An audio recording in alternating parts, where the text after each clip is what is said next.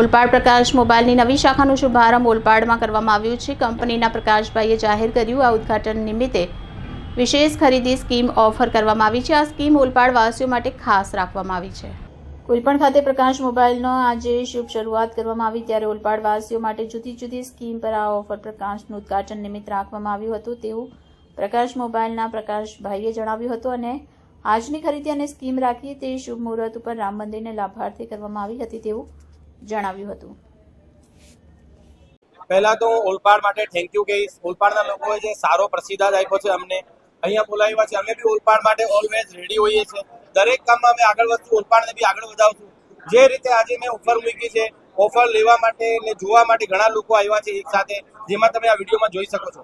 આ બધા લોકોનો, અમારા ફ્રેન્ડ સર્કલનો, ઓલપાડના લોકો માટે થેન્ક યુ સો મચ।